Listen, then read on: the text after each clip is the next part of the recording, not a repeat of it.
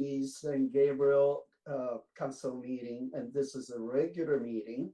The date today is Tuesday, November 2nd, 2021. I call this regular meeting to order at 6:33 p.m. Pledge of Allegiance led by Council Member Menchaca. Go ahead, Council Member. Thank you, Mayor. Please rise. Place your hand over your heart. Face the flag. Ready, begin. I pledge allegiance to the flag of the United States of America and to the republic for which it stands, one nation, under God, indivisible, with liberty and justice for all. Okay, thank you. Clerk, roll call, please. Mayor Liao, Here. Vice Mayor Ding, Here. Councilmember Harrington, Here. Councilmember Menchaca, Here. Councilmember Pu. Here. Thank you. Closed section report. Our city attorney will now give the closed section report. Go ahead, Keith. Thank you. Thank you, Mr. Mayor, ladies and gentlemen of the City Council. The board met in closed session at the previous special meeting to discuss an item identified as conference with labor negotiator for the labor unions identified on the agenda. City Council received a report from the city negotiators. No reportable action took place with regard to any of those negotiations. Mr. Mayor, that concludes the report.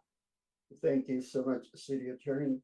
And now we will have some announcements from our Chief City Clerk. Thank you, Mayor. Tonight's meeting is live streamed on cable channel 3 and our online platforms.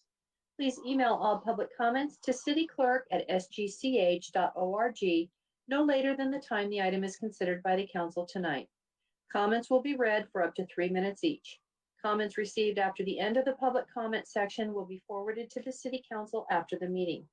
If you wish to be added to the distribution list to receive City Council agendas, please email your request to cityclerk@sgch.org.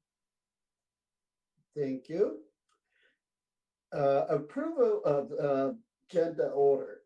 Staff has requested that the City Council consider findings under AB 361 to allow for virtual meetings for the next 30 days and to pull consent calendar item 4C, which will be rescheduled for the next regular meeting.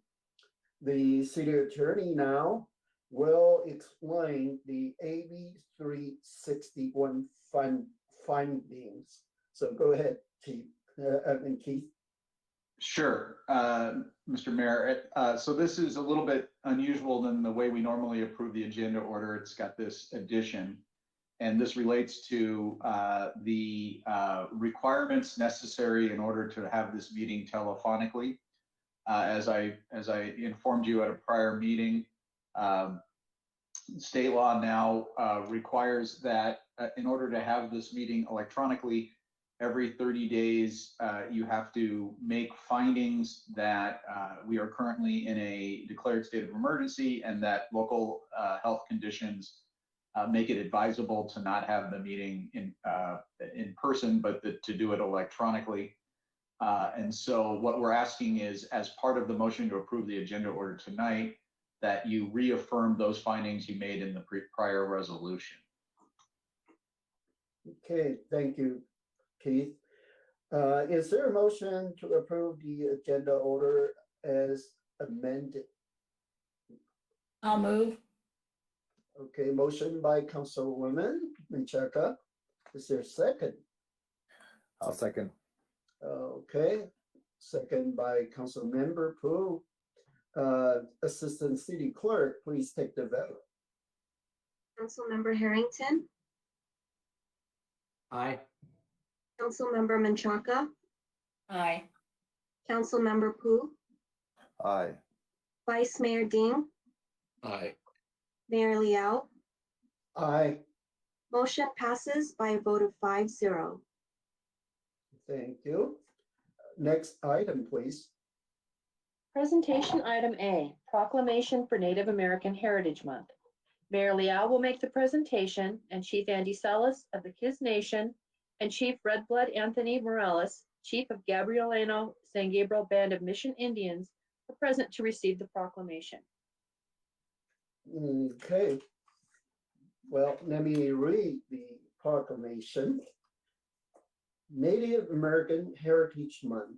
Whereas during National Native American Heritage Month, we celebrate the rich tapestry of indigenous peoples of the original ancestral land, indigenous inhabitants of what is now of the United States, and have moving stories of tragedy, triumph, and perseverance, which we will recognize as inextricably woven into the history of this country. And whereas Native Americans have enriched our heritage and continue to add to all aspects of our society through their continued practice of teaching economic, environmental, and cultural sustainability. And whereas there is a long history of actions from the arrival of the Spanish colonizer to federal policies that sought to assimilate and displace Native people and eradicate Native cultures. Their culture has survived by the strength and perseverance of the Gabrielino people. And whereas the descendants of the Gabrielino tribes remain dedicated to preservation, practice, and advancement of their rich and vibrant culture, and continue to the San Gabriel community. And whereas during the month of November, we honor our Native people in this, their ancestral home, and recognize their continued contribution in strengthening the diversity of our society. Now, therefore, I, Chinho Liao, Mayor of the City of San Gabriel, California, on behalf of the City Council Vice Mayor Tony Dean, Council Member John R. Hampton, Denise Menchaca, and Jason Hu, do hereby proclaim November 2021 as Native American Heritage Month in the city of San Gabriel, and encourage the community to join this observance. Dated November 2nd, 2021. So I think their chief here, let me see. Do we have Chief Andy Salas? Mr. Mayor, this is Mark Lazaretto. Chief Salas is going to be calling in a moment, so perhaps Chief Morales can go first. Sure. Okay, Chief Morales, can you say a few words regarding this proclamation? Yes, thank you. On behalf of myself, Anthony Morales, as Tribal Chairman and Chief of the Gabrielino San Gabriel Band of Mission Indians, and on behalf of our tribal membership, I would like to thank the City Council and the residents of the City of San Gabriel for acknowledging our tribe and the month of November as Native American Month. It's also an honor because it identifies us as the historical tribe and direct lineal descendants of the San Gabriel Mission and of the City of San Gabriel, the city with a mission. Wa'at Guata Tayi Hanuka, in memory of our ancestors. Thank you. Thank you, Chief Morales. While we're waiting for Chief Salas. Mr. Mayor, Chief Salas has just joined us. Oh, yeah, hi. How are you? I'm sorry I pulled to the side here. I'm on the side of the freeway, but I thank you. I really, on behalf of our tribe, I want to say thank you for the proclamation, for recognizing our people. We are the lineal descendants of the San Gabriel area. my families, our tribe, we descend from the original site of Savangna over at La Misión Vieja, which is saying over where the original establishment was proposed for the first mission San Gabriel. Later moved up into this area of San Gabriel, which is known today as Tovascangna.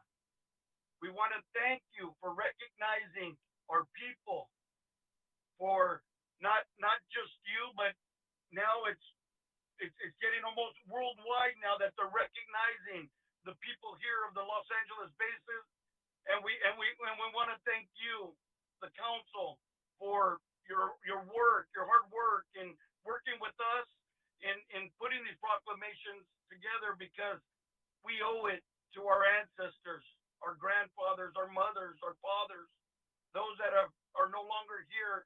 We owe this proclamation to them. And with your help, you've done that. You've supported our history, our culture, in recognizing who we are. So I want to thank you, the council members, the mayor, and all those that helped with this proclamation to, like my dad would say, it's about time that they recognize us. And we thank you once again. Okay, thank you, Chief, both chiefs. So this is, it's about time that we recognize the Native Americans, and we all live in this community, and hopefully, maybe in the near future, we could have one day to celebrate indigenous culture. So, maybe we can work with the Community Services Department and maybe set up a day for Indigenous Day celebration. So, bring all your people, bring the culture. I used to go to powwow in different cities, but that's, we want that in our city to have this type of celebration. So thank you, both chiefs. Thank you. Thank you. Every day should be, every day we should celebrate Indigenous Day, because it's the land that's indigenous. That's important. And we all depend on the land, on the Mother Earth, because the Mother Earth, we should celebrate her every day of our lives, because it is her that provides to all of us. And that's our, that's our belief. Those are our traditions. And now we're here to share them, or you're all here to share those traditions with us. On behalf of our tribe, the Gabrielino Band of Mission Indians Teach Nation, again, I want to thank you. And sorry that I got on late. Like I said, I'm pulled over here off the 710 freeway. I pulled to the side and I tried to get on the phone as fast as I could. So thank you. Thank you. You just called it on time, and thank you, both of you, to receive this proclamation. Thank you again, and hope to see you both soon. Yes, sir. Item, Thank you. Thank you. Next item is Thank you. COVID-19 update. Thank you. Presentations will be made by Fire Chief Wallace and Police Chief Harris. Yes, thank you. Good evening, Mayor Liao, Vice Mayor Ding, and members of the City Council. This is Steve Wallace, Fire Chief for the City of San Gabriel, and I have another fairly brief update tonight on COVID and its impacts on our operations in the city. The 7-day test positivity rate is remaining fairly low at 0.82% this week. Hospitalizations seem to have plateaued and are hovering between the mid 600 and mid 900 number of people hospitalized with COVID. And there have been 17 new COVID-related fatalities reported since last Friday across the county. Within the city of San Gabriel, we now have a total of 3,714 cases and no increase in the fatalities at 216. Since last week, we did find out that there has been an outbreak in one of our skilled nursing facilities due to a new resident moving in. That does appear to be contained. The fire department, specifically Chief Davis, is in contact with them each day, checking on any needs for resources or medical assistance. But that does appear to be contained. They had 18 patients and 2 staff members, all told, test positive. That is down now to 16 positives within the facility. So they're doing better. There's no impacts on fire department operations. We have a great stock of PPE supplies and we have no supply chain issues. I'm happy to report as well that the city's vaccination rate has now climbed to 89.5 or 89.5%. You can compare that to an 80% overall LA County rate. So San Gabriel continues to do very well with vaccinations. With regard to booster shots, you may have heard that the CDC Advisory Committee met today and about 4:15 p.m. Eastern Time voted to authorize the Pfizer vaccine for the age 5 to 11 demographic. With that approval in place, shots can potentially be given by tomorrow afternoon to that population. Should be noted that boosters of all 3 vaccines based on FDA and CDC directives are readily available. And the Asian Youth Center will hold a vaccination clinic at Smith Park on Saturday, November 20th. The Herald Christian Center is holding a vaccination clinic at the Mission Playhouse Plaza on Monday, November 22nd as well. Both include first and second doses as well as boosters.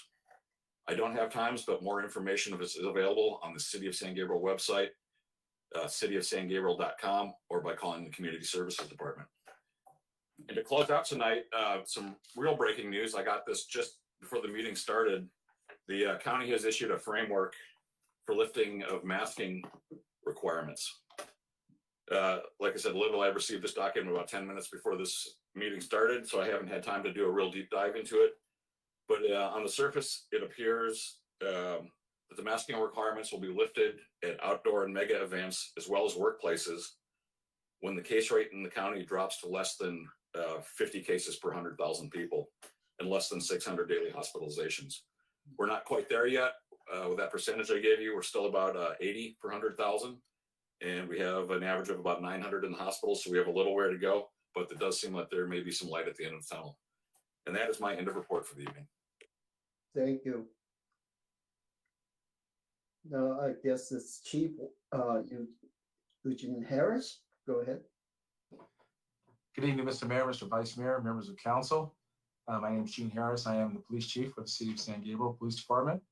And happy to be here this evening. It will be an equally short COVID briefing for the police department. We are still at 100% of our service delivery, having no adverse impacts with our staffing with regard to COVID as it stands. We are having experienced a robust inventory of PPE that we really appreciate from the members of the community who made those donations. We've also had an opportunity to use some of that PPE to advance the efforts of some of the schools and school districts in our city by giving some of that product to those folks to make sure that they are also well stocked. So both the police department, fire department, and the school districts appreciate all of the efforts. We are not having any specific crime related to COVID. We're not having any issues with regard to any of the health orders as they stand. The public is still out there doing it the right way. As you can tell by Chief Wallace's presentation with the 89% compared to the 80% of LA County, I would like to think that a good portion of what happens in this town is because of folks like the members of this community who are just doing it the right way. Voluntary compliance is what we sought, that's what we got, and we're in a much better place for it. So thank you very much. And that is the end of my report. Thank you, Chief Harris.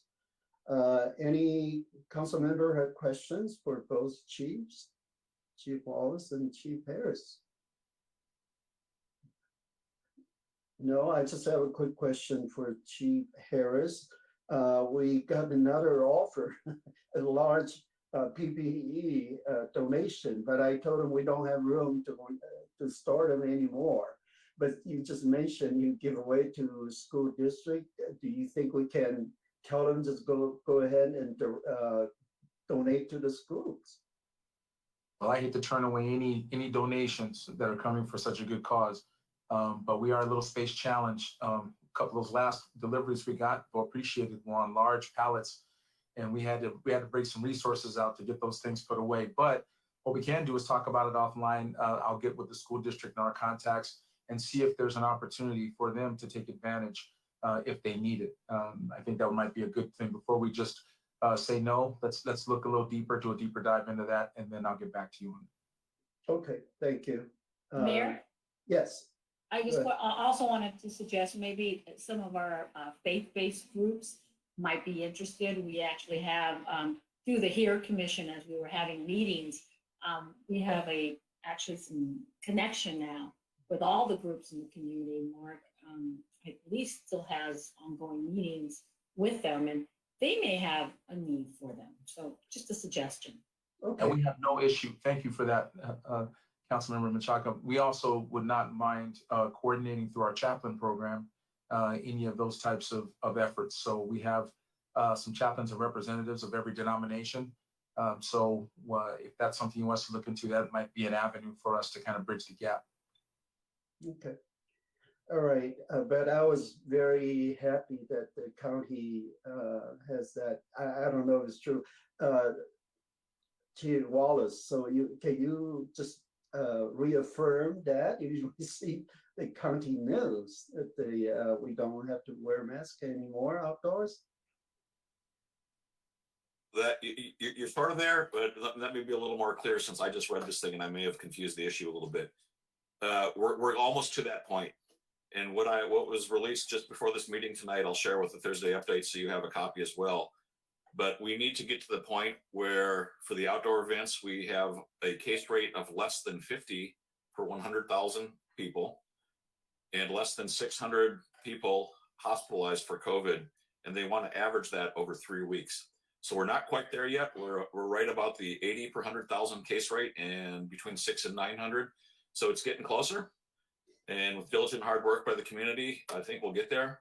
And again, I'll take a much deeper dive on this and really get into the weeds on it. I haven't had a great chance to look at it, but I will address it during the Thursday update and also include a copy of the document for you guys to check out as well.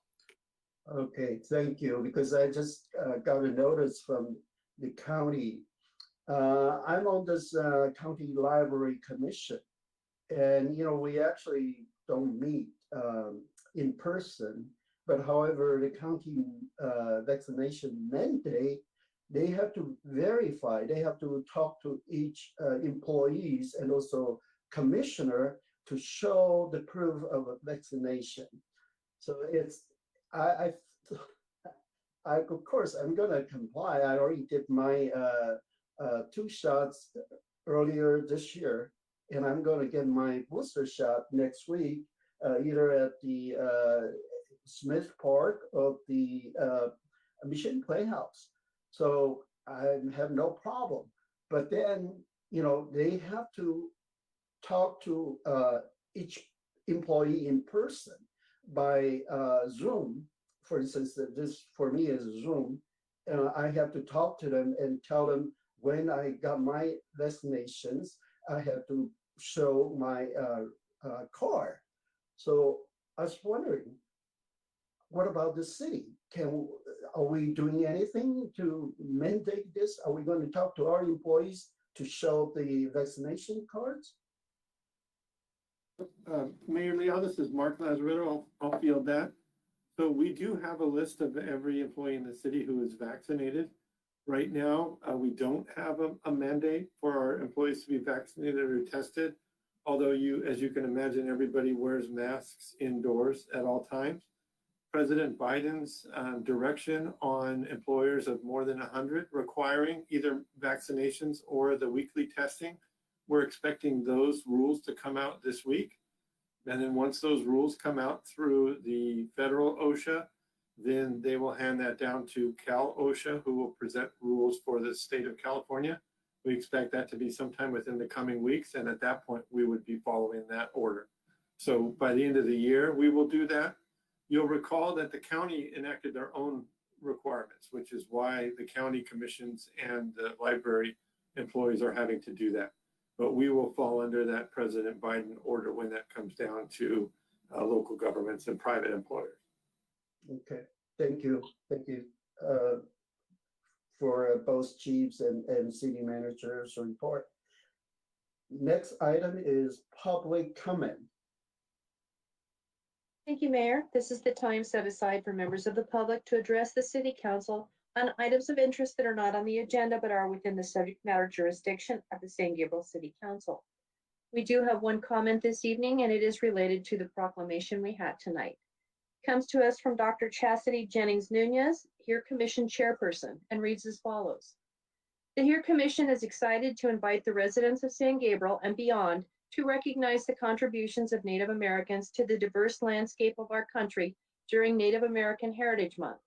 Ensuring that this month was recognized by our city was one of the items on our first action plan, and we are excited that with the help of our incredible city staff members, the San Gabriel Library, and the input of local tribal leaders, we are able to provide a local celebration of Native people.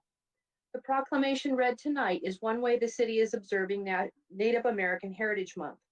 We invite the public to visit the Cultural Celebrations page on the City of San Gabriel website by clicking on the Special Events tab or searching the site for cultural celebrations to learn more. The San Gabriel Public Library has a vibrant book display with materials for all ages, and while supplies last, is offering several take-home project kits that will appeal to kids and adults. The kits contain materials and education that highlight Native plants and their use by California Native Americans, making a corn husk doll and creating ledger art. The HERE Commission also invites local middle and high school students to participate in an essay contest with prizes to be awarded. Finally, our observation will include a wonderful video celebration of local Native American people and culture that will be available for viewing later this month on the City of San Gabriel's YouTube channel. As with other cultures, we hope that the contributions, history, and incredible diversity of Native Americans is not just recognized 1 month out of the year. Instead, the goal for Heritage Months is to provide a time of focused celebration that urges you to continue to learn and interact. The HERE Commission will continue to find ways to celebrate our city's ethnic diversity as a means of increasing cultural competence and respect for all members of the San Gabriel community. And Mr. Mayor, that concludes the comment. Thank you so much. Well, next item, please. Consent calendar. All items listed under the consent calendar are considered routine, and recommendations will be approved in one motion unless a member of the City Council or public requests separate discussion. We have not received requests from the public to pull any items. Okay, thank you, but we did pull item 4C from this agenda. Well, would any council member like to pull any item for separate discussion? I'd like to pull item F, please. Item F? Yes. Yes, okay. All right. You want to talk about it now? Yeah, sure. Okay, So go I ahead. read the report here, and I'm trying to figure out, we just did the budget in, 5 months ago, and now we're trying to basically double the amount of stipend for council, reimbursement available for council. And it was only 5 months ago. We knew, eventually something's opening up. The way the staff report reads, it's like we didn't consider that things would open. I actually did when I voted, so I don't know where that information comes from. I think we had a pretty good discussion about it. I think 3,000 is plenty per council member as far as reimbursement for whatever we want to do. I think if we want to go beyond that, it should be on a case-by-case basis, and that's always been my position.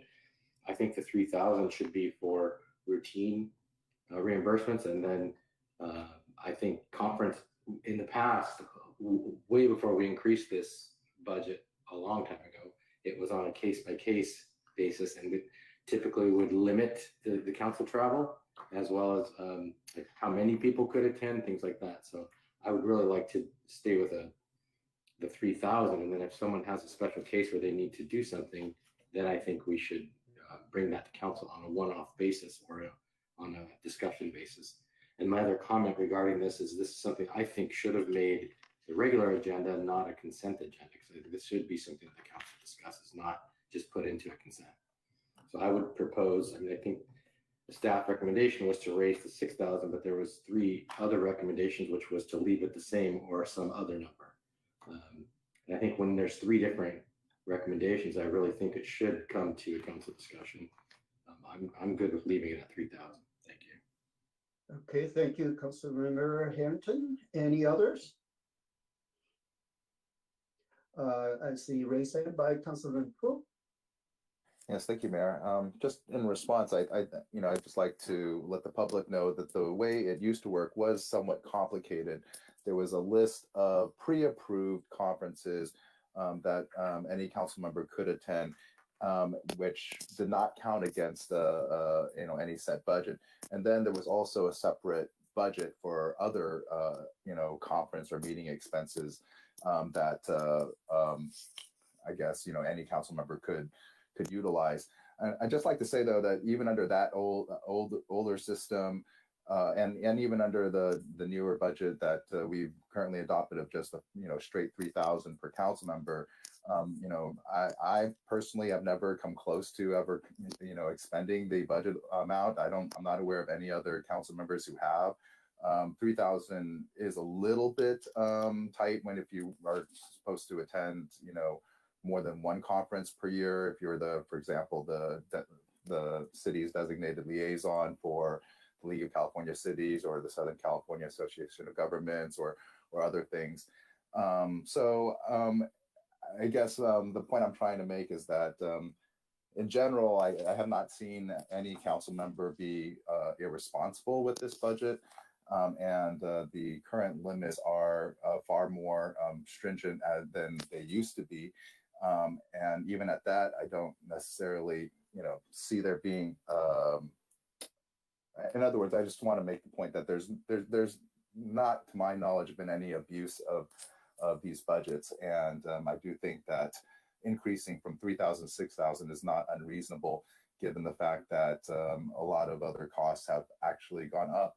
And that, for other members of the council who may attend more meetings and conferences than I do, that it would just be a reasonable limit as to, what their, I guess, expenditure amount could be for such meetings and conferences. So just wanted to sort of put all of that out there. And, I support the increase to 6,000. I don't think it's unreasonable. And I also don't think that any of the, at least in my experience and knowledge, that any council member has ever abused or overly used this type of expenditure account in the past. And I've been on the council now for almost 9 years, so I can't speak to any time before that, but at least during the time that I've been on the council, that's been the case. Thank you. Thank you. Thank you. So yeah, I just talk about my first. Well, go ahead, Councilman Menchaca. Thank you, Mayor. Yeah, I agree with Councilmember Pu. I think we had a robust discussion in the past. We majority of us agree that it's important to have representation from the city. I know not everyone can attend these conferences, but I think we need to. I think we all agree, or now the majority of us agree that it is important for all of us to represent our city, but also have an investment in us as council, so we can be better council members. We can have a better understanding of what practices are in other cities and bring it to our cities.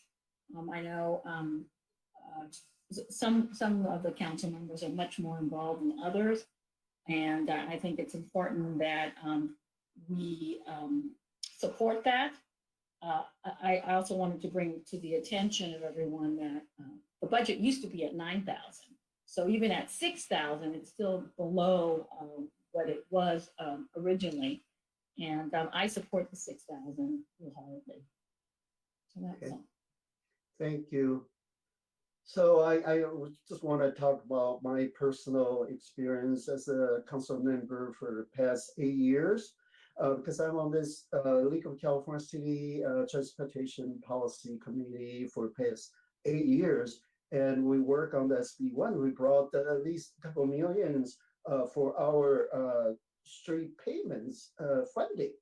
And also, I got involved with ARPA funding. Now I'm still fighting for the infrastructure funding. So it's very, I would say it's worthwhile for our council to get involved, because we get money from state and from federal. And if you don't get involved, you don't really know anything what's going on. And for the past 8 years, I pay out of my own pockets. You know, every time I go to Sacramento, I pay my own fares. I pay, you know, out of my own pocket because there's nothing that I wouldn't do, even if there's no money available for me to go there. But I'm, you know, strongly and willingly to go there to spend my own money to attend. Actually, I encourage all of you because there are so many policy committees vacant now, so you can apply. And so, you know, I encourage all of you to apply. Next week, I'm supposed to go to Utah, you know, for a National League. And however, this is a virtual meeting, so I'm saving the trip. And I used to pay the contract cities conference out of my own pocket. It's $650, you know, just for registration and other expenses. But other cities, they, you know, because we're part of an independent city, ICA, but other cities, they go to both, you know, conferences. And like I said, you know, it's from 3,000 to 6,000. That's just barely to cover some of those expenses that you know, if you willing to attend all of them, you know, but I just encourage, you know, most of our council, if they have time, to get involved with SCAC, to get involved with the California League of Cities, to get involved nationally. I'm on the board of this PAMO, is Asian Pacific elected officials organization, and we need people to speak in the national level. So I think it's good that we can increase certain numbers, you know, because 3,000 to 6,000 is really not a whole lot compared to what I used to spend on these conventions and you know, policy committees meetings. It's really nothing. But I'd like to see this increase so other council member can attend all these, you know, events and conferences. So I support this, and I guess we need to vote on this because even though it was a consent calendar, maybe let's vote on this item first and then and move back to consent calendar voting. So anyone, Councilman Pu, you want to? I think Vice Mayor Ding. Yeah, Oh. I have. Yeah, okay. Thanks the city staff bring this issue on our this calendar. Actually, for me, it's last year got an election, and we also have to discuss on this stipend from the 9,000 cut down to the 3,000 because COVID-19. We show our whole council it's supported because COVID-19. Everybody try save our public money. Yeah, I really support it. And but also the another things I saw the last year I saw the average expense. Even I know I'm a new elected officer, but because I don't have chance to attend this conference meeting, but even like all the rest of the council member, they service the board. It's a couple of years. The average expense I remember it's like 3,000 to 6,000. But last year, because the COVID-19, you know, we just try to save public money to reduce the 3,000. This year we approved a budget. That time I think we don't expecting have the in-person the conference. So also I think we have everybody agreed to reduce, still keep the 3,000 for our this year budget. And after that, I have chance to to attend several meetings. So then find out that's cost some expense. Okay, so some conference, and when I asking city staff to register, they told me it's a very expensive. Like one conference, probably everything include everything, maybe already more than $1,500 already if the registration and and the hotel and all the expense. So actually, one conference I have some like a new council member, our neighborhood city. They ask me, "Did you go there?" I say, "Hey, because of our budget problem, I don't have chance to attend this kind of conference." So that's I tell this factor. But they say, why?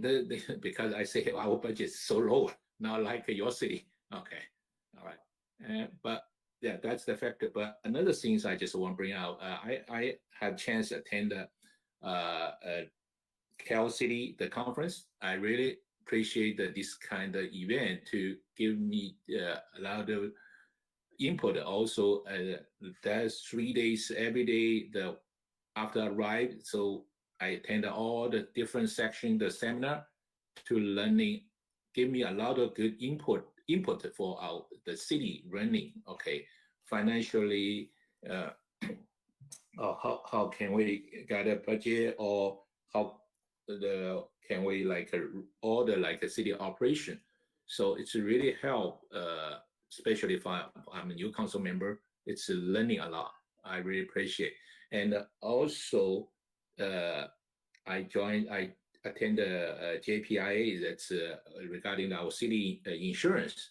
Learning a lot regarding the risk management for our city, so how can we keep our staff, it's lower claim ratio, reduce our premium, also save our public money too. So and plus it's worth to attend this kind of meeting. I can meet like Cal City, I can meet like whole California. It's 400 city different council member or city manager or whatever city staff to meet them and talk to them and learning from them the different city, different opinion. Maybe we have the same issue, what they can do. So maybe we can learn something from them too. So it's really valuable for the council member. So because another thing is like Mayor Liao mentioned, he is financially it's good. He can affordable even pay out of pocket for himself, right? Okay, I don't mind pay out of pocket for myself. So far, I think I still can affordable to attend it, but I just want reality to also bring out another factor. We encourage it like more people to serve our council for our public service. If some people really have the financial burden, so but attend this kind of conference, this kind of meetings, it really help the city. So I think we should be support financially, little bit support them to attend this kind of conference. So that's why I think because after COVID-19, everything, the inflation rate is raised up a lot. Okay, almost a lot. Even you go to the like dining or almost compare last year, almost double it. Okay, so that's why I think I supported to still little bit increase, not to the 9,000, just 6,000. That's reasonable. And help especially for I'm new council member can attend this kind of conference to learning a lot for the city. Hopefully I will hopefully maybe I whatever learning something I can bring the council or bring to the city staff to the city manager Mark to have some suggestion to help our city financially or like also risk manager control. So everything it's really will be, I think it will be help our city. That's my comment. Thank you, Mayor. Thank you, Vice Mayor. Now, anyone wants to move the motion to approve this? Okay, I'll move. We can pull F and vote on that separately. Yes, Should we do that? yes, that's what we're going to do. Okay, so then I move to approve the consent agenda as it was amended earlier with the pulling of C, but also without voting for F, so we can vote for that separately. I'm not sure if that's a right motion, but it's understood. I think that's, is our city attorney have any objection to that? If not, Sorry about that. I was having trouble finding the mute button. I understand the motion. I think it's clear. It's a motion to approve the consent calendar minus C and F. yes. So is there a second? If not, I'll second. Okay, yeah, second by Councilman Pu. Assistant City Clerk, please take the vote. Councilmember Harrington, Aye. Councilmember Menchaca, Aye. Councilmember Pu, Aye. Vice Mayor Ding, Aye. Mayor Liao. Aye. Motion passes by a vote of 5-0. Okay, And now I'll move to approve consent agenda F. second. I'll second it. Assistant City Clerk, please take the vote.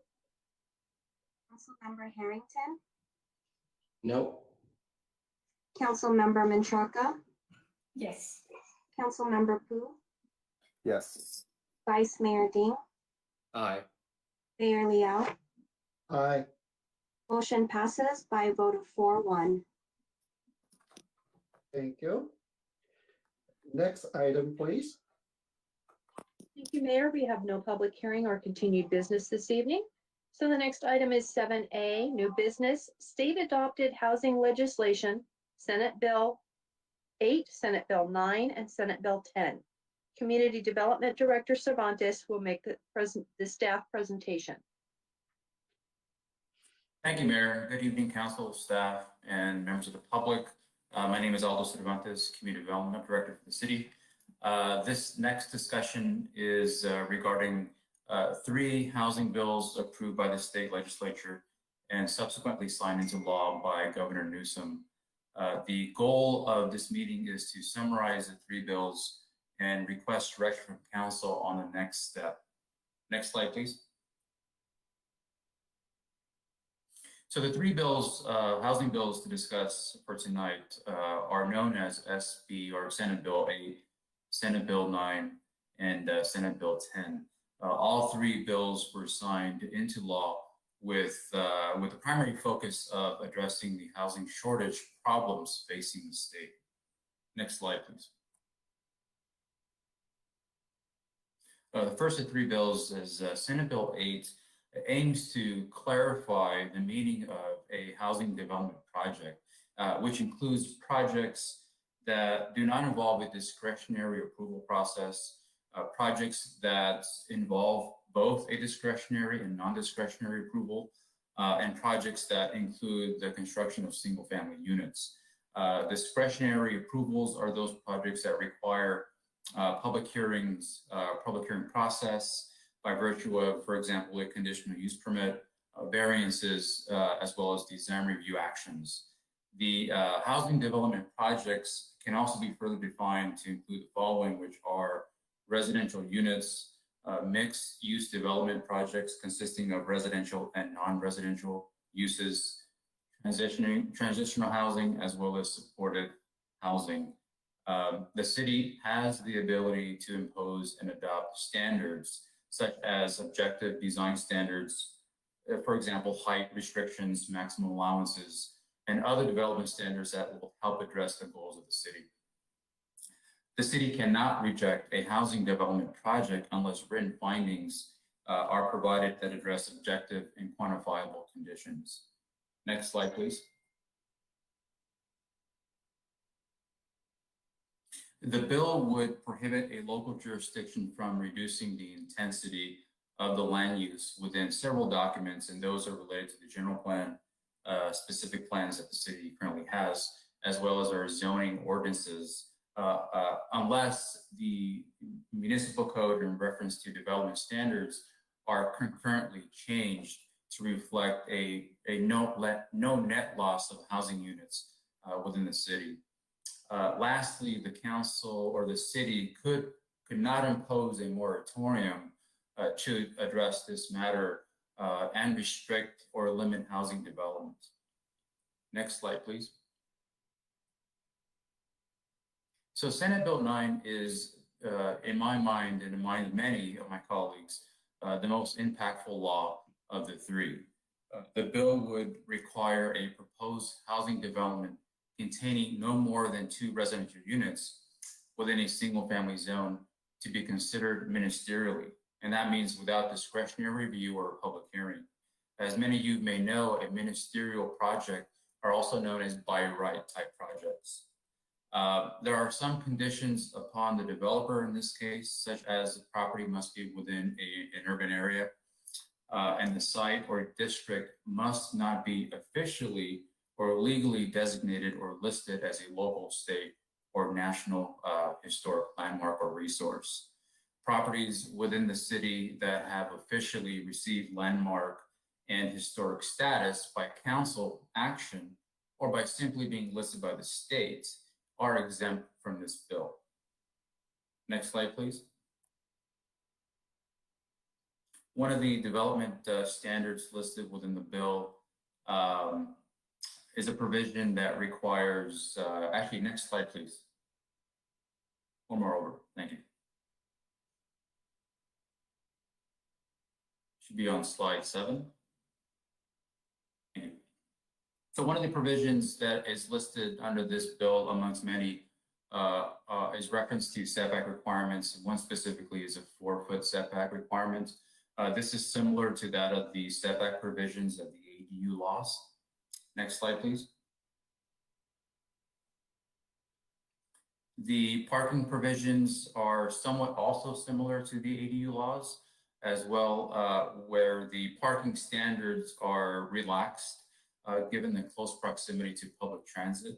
Projects that are within 0.5 miles of a transit stop are not required to supply parking with these projects.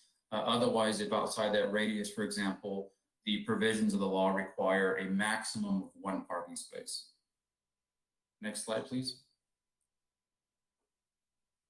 So other provisions of the bill include limitations on the developer with respect to demolitions. Under the bill, for example, housing that's been occupied by a tenant by at least 3 years cannot be demolished or altered. Specifically, the house in question is required to maintain at least 75% of the exterior walls of the existing house. Next slide, please. So under the bill, projects cannot be denied using existing subjective standards, such as our design review standards. Projects under SB9 may only be reviewed pursuant to existing objective standards, for example, setback requirements, height limitations, FARs, and so on. Objective standards are defined to mean standards that involve no personal or subjective judgment by a public official and are uniformly verifiable by reference to an external or uniform benchmark or criteria.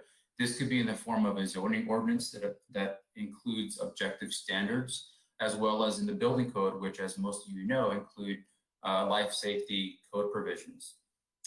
It's also worth noting that the bill would ministerially allow for a parcel map or an urban lot split of a lot with certain conditions and limitations. For example, under the provisions of SB9, Each lot, if there is an urban lot split, will need to be a minimum size of 1,200 square feet. Next slide, please. So as stated earlier, the process removes the requirement for a public hearing on these projects and subjects them or these projects to review by staff. So no longer will these projects require a public hearing or discretionary process. Next slide, please.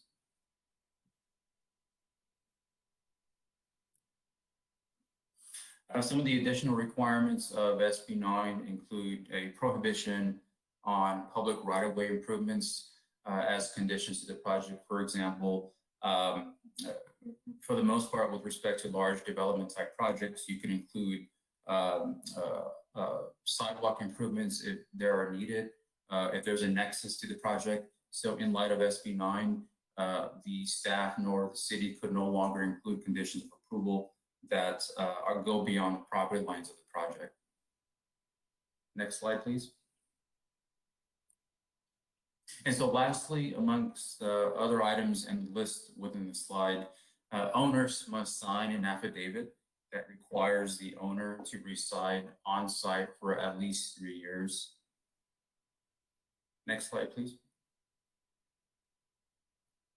So for the council's reference, here is a city opposition letter that was submitted to the state legislature earlier this year. Next slide. And here is an additional opposition letter that was submitted on behalf of multiple city coalition to the state as well earlier this year. Next slide, please. So with regards to SB10, the last of our three housing bills, it's important to note that this bill does not impose any automatic mandate of the state. Each city must decide on their own as an alternative or an option to adopt an ordinance that implements standards such as allowing 10 units of residential density. This bill, SB10, is not a requirement that's similar to SB9 or SB8. Next slide. And so these are some of the additional provisions of SB10. Again, given that SB10 is sort of an optional state bill that a city has the ability of imposing on themselves, I don't see the concern with SB10 more so than I see for SB8 or SB9, mostly for SB9. But these are some of the other additional provisions for the council's reference on the slide. And so with that said, staff would like to conclude by stating that the recommendation by staff to the council is to review and discuss the three legislative bills, provide direction to staff on the development of the objective standards, and then direct staff to draft an ordinance for review and recommendation by the Planning Commission before returning to the City Council for formal adoption. So with that said, Mayor, open for questions. Thank you, Otto. So does any council member have actual questions for staff to clarify the report? Anyone?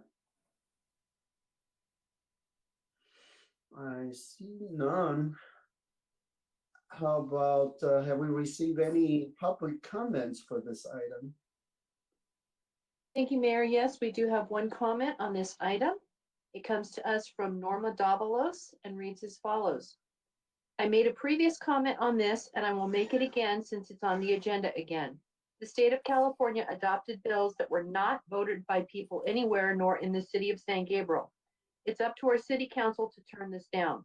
Creating more rental housing, which we already have enough, will create more traffic and more crime. How is our city going to deal with an influx of more people, which means more crime, when we don't have enough police who don't receive pay that can compete with other cities? Cities have to encourage home ownership, not rentals. Allowing foreign investors to outspend local residents in purchasing homes is not doing us any favors. More renters creates chaos in general who don't care or have a stake in the city. We are here and we don't want to live in tight neighbors, do you? I'm sure you don't either. We must preserve our suburbs and home ownership, not drown us in a sea of renters who can leave whenever they wish, who could not care less what happens to our city of San Gabriel. Mr. Mayor, that concludes the comments. Thank you. So the time for public comments on this item is now closed.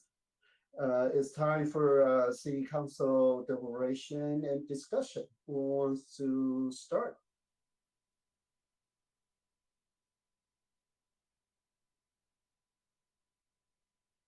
Okay, I see raised hand by Councilmember Pope.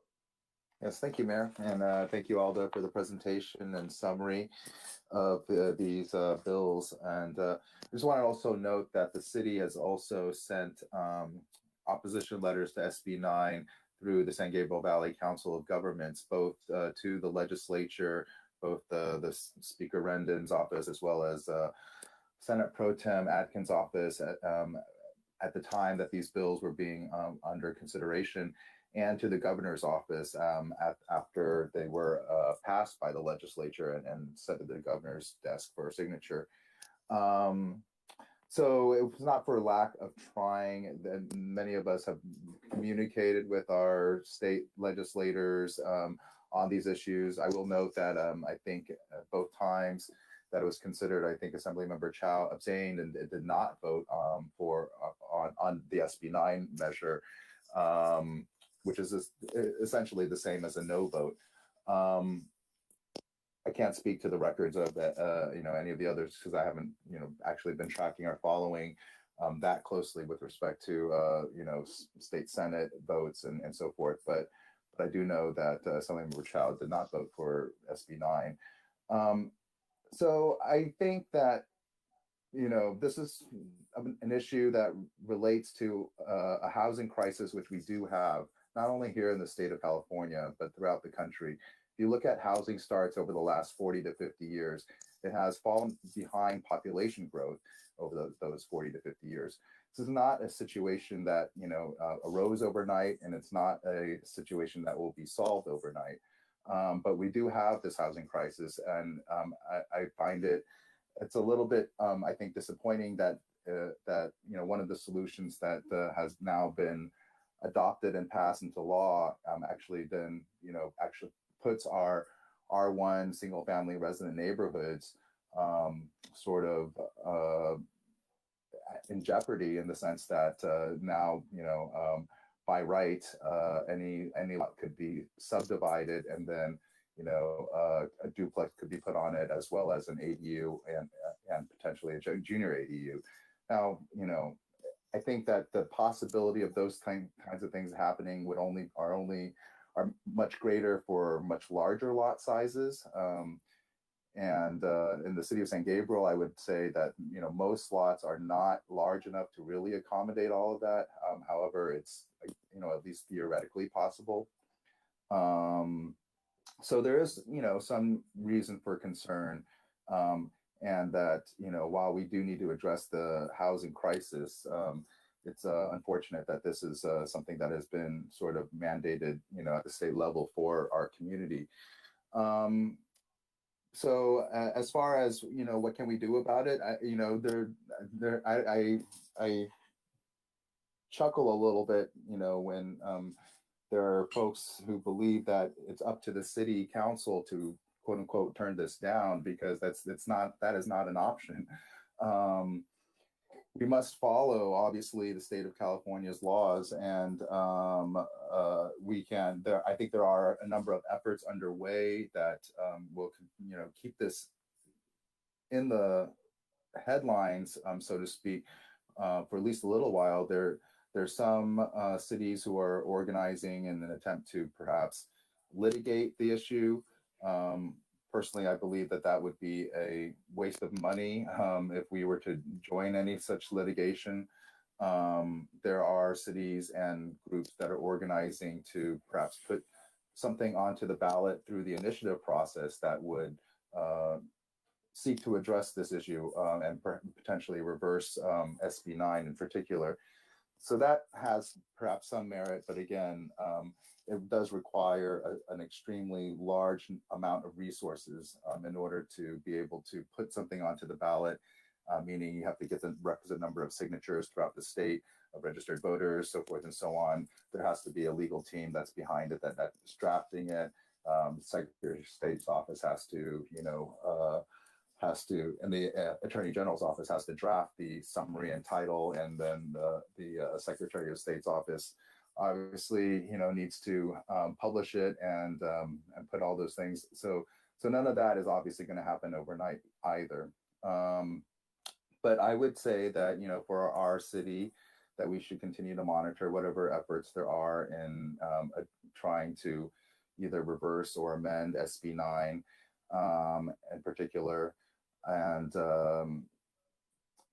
in the meantime, we have a very limited amount of time to adopt ordinances to enact and enable the provisions of SB9. And I think that that ordinance has already been, placed on our agenda.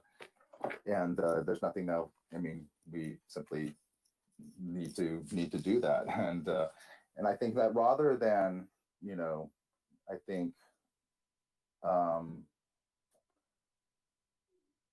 I think it highlights, though, the need for another project and initiative that we've already begun, which is the city's first and only affordable housing project. And I think that these are the ways in which we can be part of the solution and continue to try to do our fair share, even with all of the projects that we have going on, whether they're market rate or affordable, affordable projects. We will not be able to reach the, regional housing needs assessment numbers that we have been allocated. However, I think that we could feel actually proud of our community if we're able to do our fair share and help address the issues that we face, because I think it's one of the number one issues that young people in particular face these days, that it's not affordable for them to be able to purchase a home. And to me, this is almost like, it's like, the death of a part of the American dream. Because my parents immigrated to the United States and worked hard and dreamt of purchasing their own home, which they were able to do. And the fact that many young people, these days cannot afford to do that in the places that they're either grew up or where they would like to live, I think, speaks to a loss of that aspect of the American dream. And so doing our fair share is I think still part of what we as a community, are doing and will continue to do. Is SB9, do I think, the right solution for the housing crisis? No, but at the same time, we must comply with it. There is no real alternative to not complying with it, unless and until some of these other efforts, are fruitful in terms of amending or repealing SB9. So that's those are some of my initial thoughts and positions on it. And I'd be happy to hear, some of the thoughts of my colleagues here on the council, and reserve further comments for later. Thank you. Okay, thank you, Councilman Pope. Any others? Okay, Councilman Menchaca, go ahead. Thank you, Mayor. I also wanted to thank the staff. I think this is part of an education session that we're having because of, again, lots of misinformation that's been disseminated.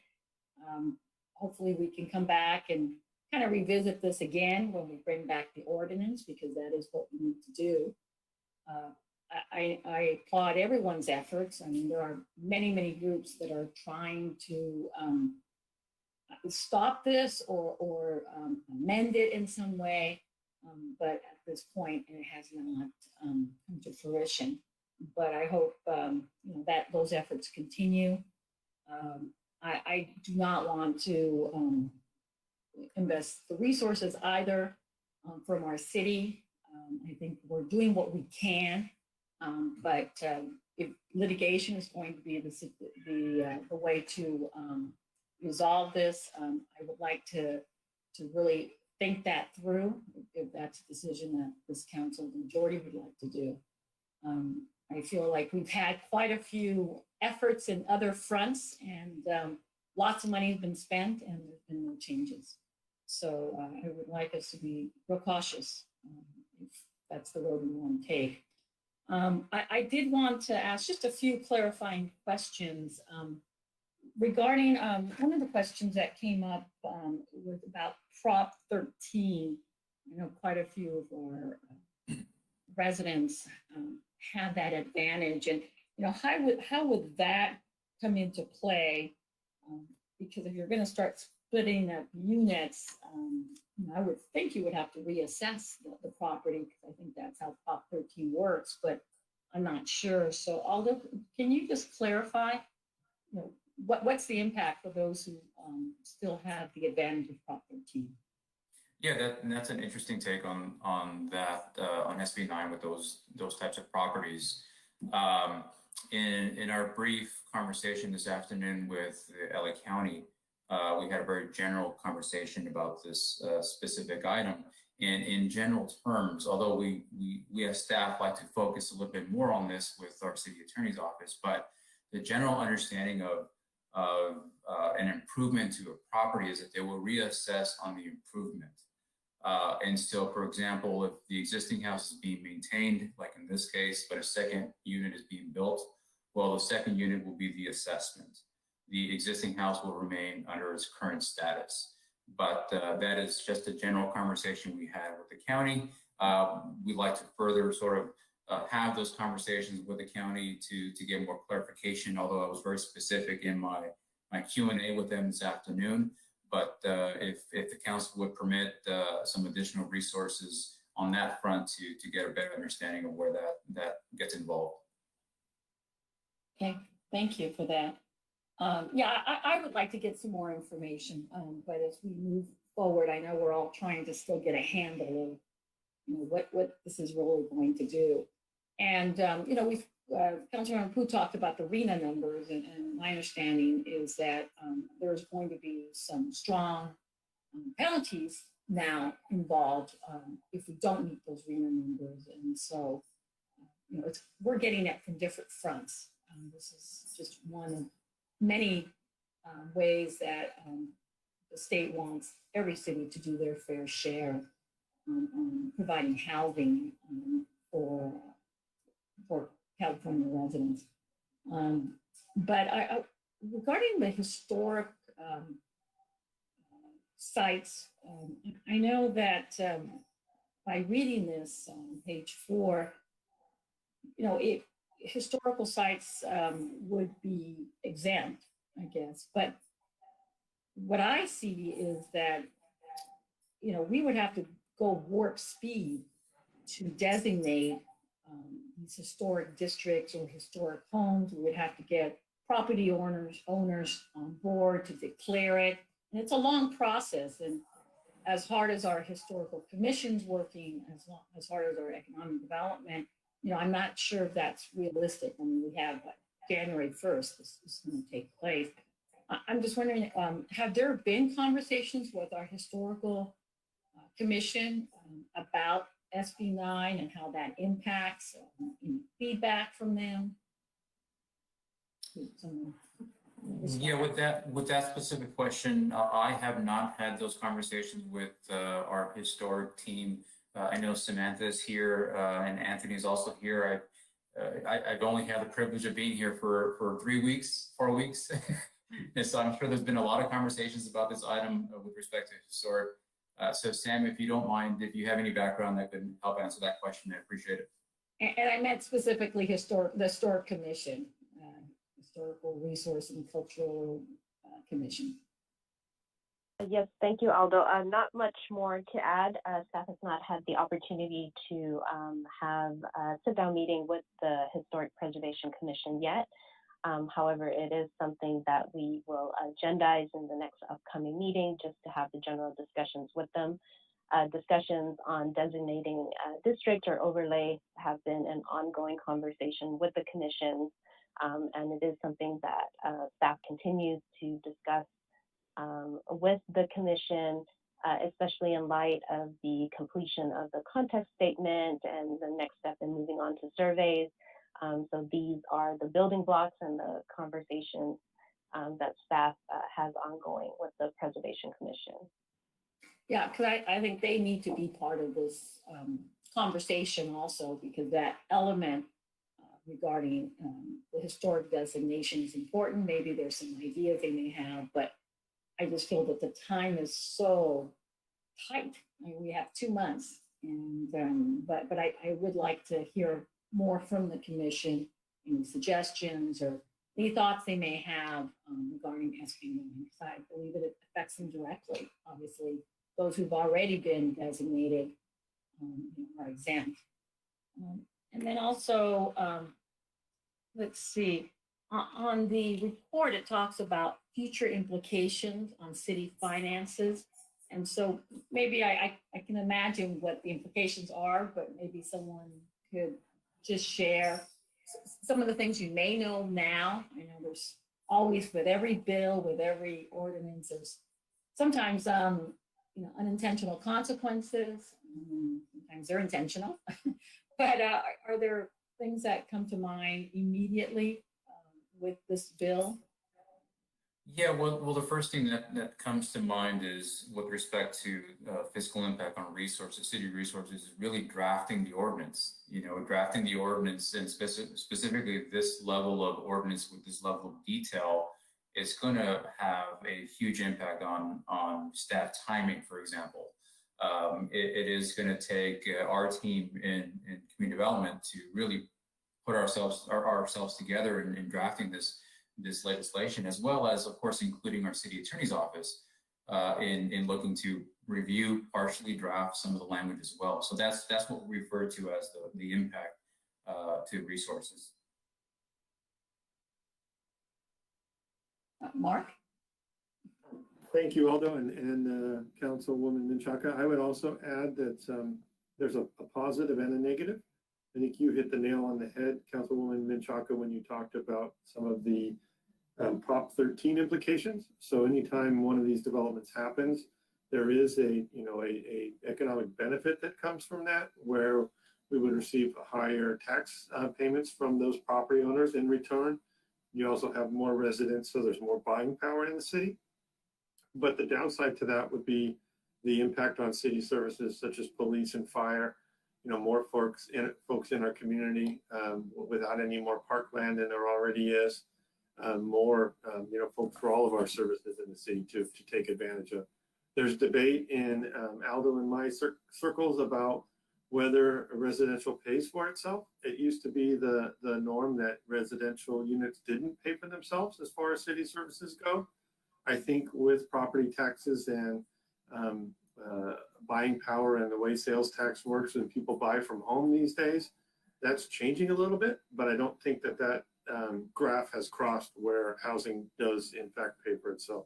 So long story short, I would say there are impacts on all of our city services, but it will be several decades before we'll find out the impact of SB9 on how that all works out. So I can assume that there's no funding that is being provided to the cities to comply with this ordinance or to address some of the costs that cities are going to have to absorb. Your assumption is correct. Okay. And I'll wait to see what my colleagues have to say also, but we need to move forward with this ordinance. We don't have much time.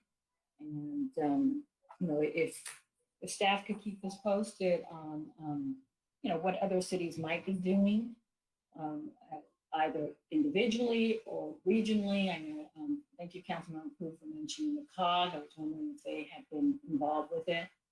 San Gabriel Valley Council of Governments for our region, but you could please keep us informed of the efforts. I know I would appreciate that. Thank you. Okay, any others? Councilmember Harrington? Yeah, thank you, Mayor. I have some questions also, Aldo. Reading through this, and I've read SB9 more than I'd say 10 and 8, even though I've skimmed them, I haven't read them, but I've read SB9 pretty thoroughly, or more than once. Is there any requirement for, I couldn't find it, is there any requirement for affordable housing anywhere? Not in the case of SB9. There isn't an affordability component to that bill. Okay. Is there any enforcement to their 3-year intent to stay clause? So for example, someone intends to stay, divides, the day after they get their occupant, they leave, we can't really do anything. That would be slavery if we made someone stay. And these are the questions that we're going to dive into with our city attorney's office as far as enforcement mechanisms. The only component with SB9 is the mere requirement of the affidavit that they're staying for 3 years. But you know, that is really the it's not that they're staying for there, that intent at the second they sign that affidavit, which the second after they signed it could change, because intent is not worth anything. It really isn't. And the reason I say that is because we're also forced to change our current zoning. Really, we're forced to. We no longer have subjective zoning, which I think there's a reason our city looks different than other cities, and every city looks different than any other cities because of subjective zoning. And so I was wondering how this will affect our our anti-mansionization stuff. You know, we went through quite a bit for that. So how does that affect it? My understanding is that's partially subjective, partially objective. Yeah, and part of the task of developing the ordinance will need to include our design objective standards. And when we refer to design or objective design standards, we're looking to incorporate elements in the ordinance or into the law that dictate sort of design, which also could look to reduce the dimensionization issue and look to also help with our design review process. And so in the examples that we've seen so far, looking at really getting down to the nuance of a design and putting that into the language of the ordinance that helps sort of control the appearance standards of these structures. And so in our adoption of or in our drafting of the ordinance, we'll look to include some of that language to help with that. So there's a couple add-ons to that as far as the zoning itself. SB9 has a 1,200 foot minimum lot size. So for example, my backyard is 1,200 square feet easily, and I decide to put it there. Would something such as, because I couldn't find it in SB9, and I think it actually went away from the way I interpret it, but would something like a minimum lot coverage be subjective or objective under this scheme? That would be objective. I could certainly refer to Keith to help sort of expand on that, but in the world of land use, that would be an objective standard. Okay, so how about under ADUs? Because I know there's different requirements for ADUs. I think we can't have a minimum lot coverage, or we could. For an ADU, you cannot. Correct. So that's kind of where I was thinking you could basically use your minimum lot coverage for your second unit and then put an ADU right next to it, and you basically have no minimum lot coverage. It's gone. And obviously you'd have to do them in sequence. You do one with the intent to do the other. The reason I say that is because I could see myself putting on my lot alone, so I'm just gonna look at my lot, I don't know what else's lot. I could easily put a minimum of 6 units on my lot. I don't think my neighbors would like that, but I could, honestly. And the reason I say that is because what a lot of people don't realize when we say all this quote unquote foreign investment, it's not foreign. It's BlackRock, it's Blackstone, it's State Street. Those three together have $325 billion in single family residences. Their plan is to buy 24,000 single family residences next year in California alone. They're the ones that funded this. And I think that's something we need to get out there. They funded this legislation. The people that wrote this legislation, that pretty much everyone that voted for it, they get donations from, I forgot to put Vanguard as well. Vanguard's another major real estate owner in California. The reason I know this is I deal with this is what I do on a daily basis is real estate funds. I do a lot of them. So if you tried to track the number of units, single family, I'm not talking multifamily, I'm not talking apartments, I'm talking single family residents owned by those 4 companies, it's an amazing number. They're the single largest landlords in the world. And a lot of their portfolio, they've been collecting this over the past 10 years to do this specifically. So that's why it's that 3-year requirement, I believe, is a farce. So when we say we need to fight it, I really think we should, as a city, join other cities and see, I mean, proactively, not say, hey, what are other cities doing? I mean, go out there and say, if 500 cities get together and put 1,000 each, it's a pretty good war chest. Additionally, there's other ways we can fight it, such as not supporting anybody that voted for this, because this, to me, it destroys R1 zoning completely. It completely gets rid of it. Another question I had, and I think this was asked, but I didn't get the answer. I don't think I heard the answer specifically. Does the legislation for the historic districts have to be in place, or the actual districts have to be in place? Like, for example, does the commission have to go in and do their designations before this comes in? Or, because we already have the legislation, but so we have the legislation, and let's say next year in June, they designate a district. Would that affect this bill? Because I can't figure that out. Because to me, it seems like just the legislation has to be there, but from your answer, it seemed like the district has to be in place. I don't know which is correct.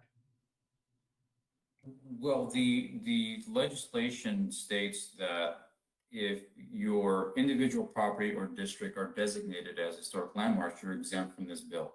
So January 1st is the beginning of this legislation on every city.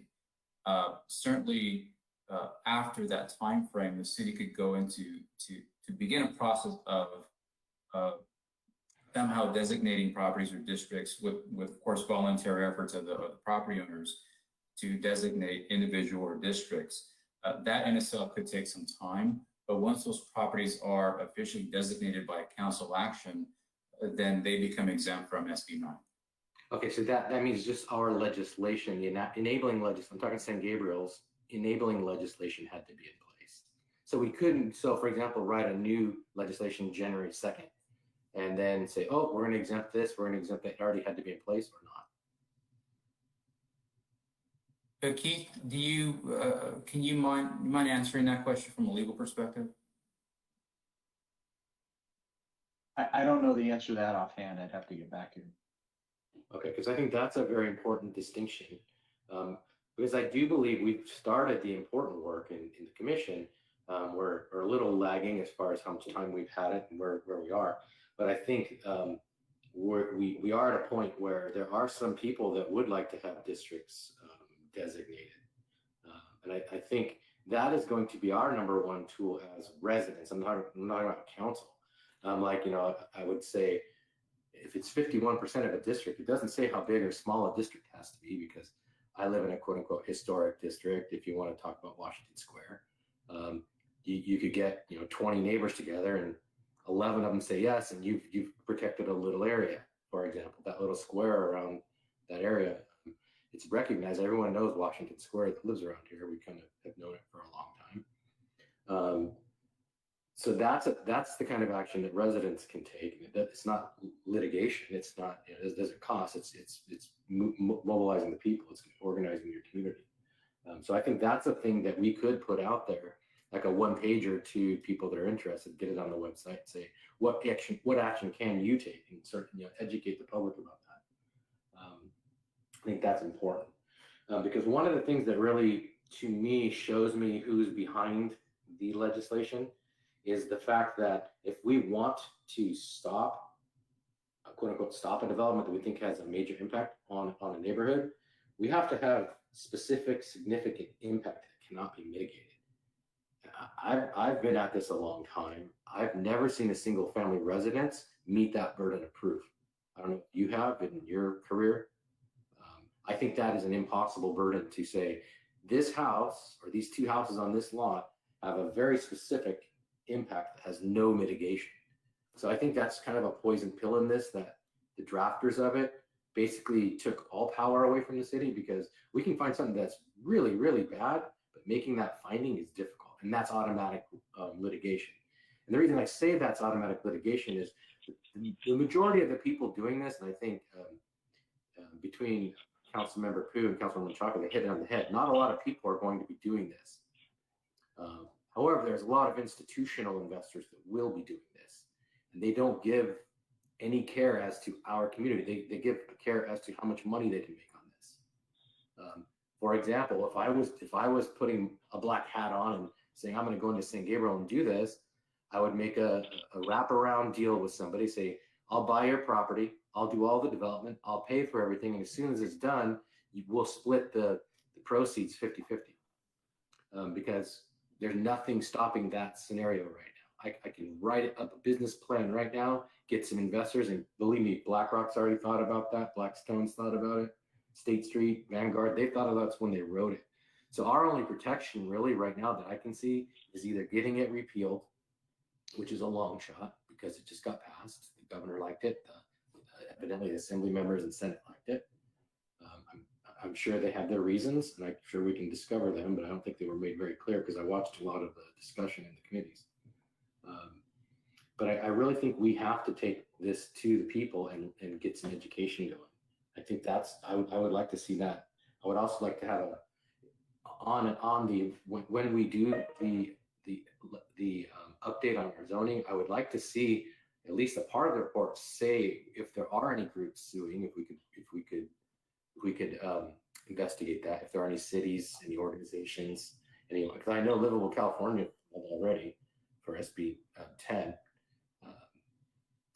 because they just basically nullified local voter initiatives. SB 10 pretty much gets rid of them, which is a California fundamental constitutional right.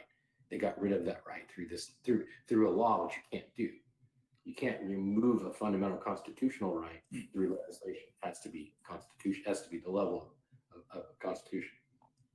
And this is not. This is a law. So I mean, I think some of those things. I would like to see some of that on the updated report. What's going on, like the current status. And then another question I had regarding the assessment. I know that we discussed that it'll get a reassessment on the new property, but wouldn't that automatically trigger a land size reduction, which would reduce your assessment, potentially lowering a Prop 13 on the existing house? Because you've just taken land away from it. Pretty much 40% of your assessed value is your land.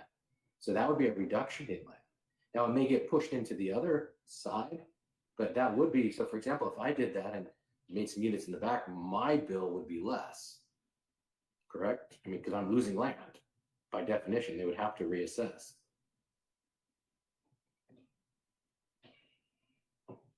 And that, of course, Councilmember, that's a great question. And as I mentioned earlier, we'd like an opportunity to really deep dive into that kind of a concept there with the county, as well as with our city attorney's office. We haven't done that so far, and we'd like to have that opportunity. And we can certainly get back to the whole council with respect to answering that question. Thank you. So along those lines, I mean, I would like to see some type of report that shows some objective standards, such as FAR, lot coverage, other things like that, that we could implement before January 1st that may help us curtail some of what I would say is the institutional, because I see that as not right away. I see the institutional investment. I see that as not a remote risk, but a likely risk. They're going to start finding some of the, and they have the wherewithal to do it with some of the GIS they have. They'll find the lots that are ripe in our city, and you'll see, half a dozen, 2 dozen in the first year or so, and then I can see it growing as I would say that market shrinks and there's less of I would say the low hanging fruit, and they go into the mid hanging fruit. They're going to make money on any lot they do. You have to understand they have unlimited resources, 324 billion in excess cash right now, basically sitting there. Between those 4 funds, they have over 20 trillion in assets under management. And in California alone, they have over 150 billion in real estate. It's single family real estate. Let me correct that, just single family real estate. So my point there is they did this for a reason. this isn't something that we can say, oh, the legislature said, hey, we're trying to stop homelessness and we're really trying to build all these houses. That's not the case. You just got it's the old adage, follow the money. So the only thing we can do as residents and as a council is to fight that money. But I agree that litigation is probably not the best way to go. It's expensive, and we could never fight that amount of money other than through groups, and the groups need to be involving our legislators, because we have to hold them to task as to why this happened, because they tried it 4 years in a row, I think 4 or 5, and it finally passed. But it's been in the pipeline for 20 years. This isn't something new, and it is not anything to combat housing costs, because if anything, it's going to increase housing costs. And I would just throw in there that we lost 187,000 residents last year in California. So keep that in mind. So we didn't have an increase in population; we had a decrease. So if anything, that had to relieve our crisis. And all of a sudden, we lose that, and then now we're having this quote unquote crisis. I just don't get it. So I would like to see those reports on what we can do in our code that would fall within this, that could at least mitigate some of those investors from looking at us as a right target, and then as well as what other activities are going on, because I could probably come up with 5 or 6 things we could do to protect ourselves from that. I'm sure your staff knows every one of those. I'm not going to interject myself there, but I'd like to see what ideas you've come up with. But I do appreciate all the report and all the work that went into this, because I know it's a very, to me, it was a very thick bill as far as like because it wove into so many different areas. By thick, I mean, it's not voluminous as far as it's not the longest bill I've ever seen, but it really has its legislative tentacles in a lot of areas that are not really what I would say bread and butter for most people. It's some very heady stuff. But I would just like to see, you know, and maybe if you can talk to other community development people and see what's going on in your industry, as far as I know, some places aren't quote unquote fighting it. I'm sure there's some big cities that don't really care, but a lot of the little cities like us, I mean, I'd like to see what San Marino thinks. Maybe we form ourselves a nice little private equity real estate investment and buy a couple of mansions and start putting up 6 units on some of those lots, see how fast we can put those up, honestly. And then we might get an ally to join us. I'll start a little private equity company. We'll call it Revenge Incorporated. Thank you, Councilmember Harrington. Anyone else wants to come in or discussion? Yeah. Vice Mayor Dean, go ahead. Thanks the staff this summary for this 3 bill. Yeah, I think it's a timeline that looks like it's a Sp9. It should be effective on January 1st, 2022. That's next year. So my question is only like just a couple, 2 months last. So is there any city they can, if they want to adopt these ordinance, they can change that? I think they should be takes some time. If so, is these staff can asking the state to find out so what's the timeline? So we have to make a decision to adopt this ordinance, because this Sp9 it's lost our local control, right? If some neighborhoods, some like especially for the single house, the neighborhood suddenly your neighborhood have the like Councilmember Harrington say he can build like a 6 unit for the land. When next neighborhood say, yeah, when I purchased that the property, I like this area just for the single family house, but suddenly it changed the zone. So I think that's communicate some voice they talking about.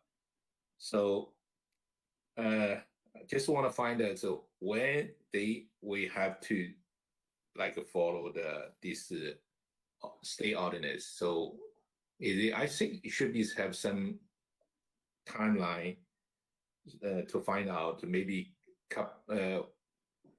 now you see that the SB8, SB10 is you can until like 2029. SB8, it's 2030. But this one too rush. So I think they should be not just our city. I think a neighborhood city, they have the same question, same problem to ask in the state. So yeah, I wish still, if we can, I don't know, the Cal City still opposite this issue to help us too. So maybe we still can continue to join the Cal City to talk to the state legislature to find the proper way, especially for our local small city. You know, not that they are maybe different city, different song. You know, the legislature make a decision. So that's why I think the HR didn't vote it. I think he also listened to our community, the voice too, right? So I think so. It's maybe just do the more study to see what's the neighborhood city to do it, and maybe have the Cal City, the association, to help to find out, especially for our small city local control, that help our resident. Okay, that's my comments. Thank you, ma'am. Thank you, thank you. So I just have a quick question is, you know, because this thing is passed so fast and most of the city is not really prepared for this. So is there a consultant that help city to draft this ordinance? You know, as far as you know, I know that the League of California Cities start from 4 years ago. Their positions against all these bills, but you know, I don't think they offer any help to our cities, but maybe there's some consultants out there that can help us to draft this ordinance. Thank you, Aldo. Thank you, Mayor Liao. And I kind of want to respond to Vice Mayor Ding's comment, just so we have an answer to that. And then I can answer your question as well. But we need, as a city, we need to proceed on 2 tracks at the same time. We can't really wait and see if we can work with Cal Cities to stop the legislation or lawsuits with other cities or things like that. My recommendation would be that we prepare for this happening and adopt an ordinance as quickly as possible so that we can have our objective design standards in place as quickly as possible, to make sure that as much as we are allowed to under the law, we can make sure that the law fits San Gabriel as much as possible. That said, we can take that second track and continue to follow whatever legislation or voter initiatives or lawsuits that other cities are doing. We can keep the council informed of those, and we can join in those if it makes sense, or we can watch from the side and be a part of that later on. As far as assistance, there is not any assistance from Cal Cities or other organizations monetarily for consulting or anything like that. But Aldo and his team are working very closely with the cities around us because everybody is in the same boat. So as an example, we already have a sample that Temple City is working on. So there will be very similar ordinances that you see from the cities in the area. Also, the COG has a subdivision for the planning TAC, and they're working together on this ordinance as well. So my suggestion would be to come back as quickly as possible to the Planning Commission and then the City Council with that ordinance. And in the meantime, keep you all informed of what we're doing in the other forums as well, so that we don't lose any time. Thank you. I totally agree with you. You know, there are lawsuits, but I don't think it's a good idea for our city to get involved. There are initiatives. They try to raise, I don't know, get millions of dollars and get millions of signatures to put on ballot 2022. So that's a big task, and also it's a long process.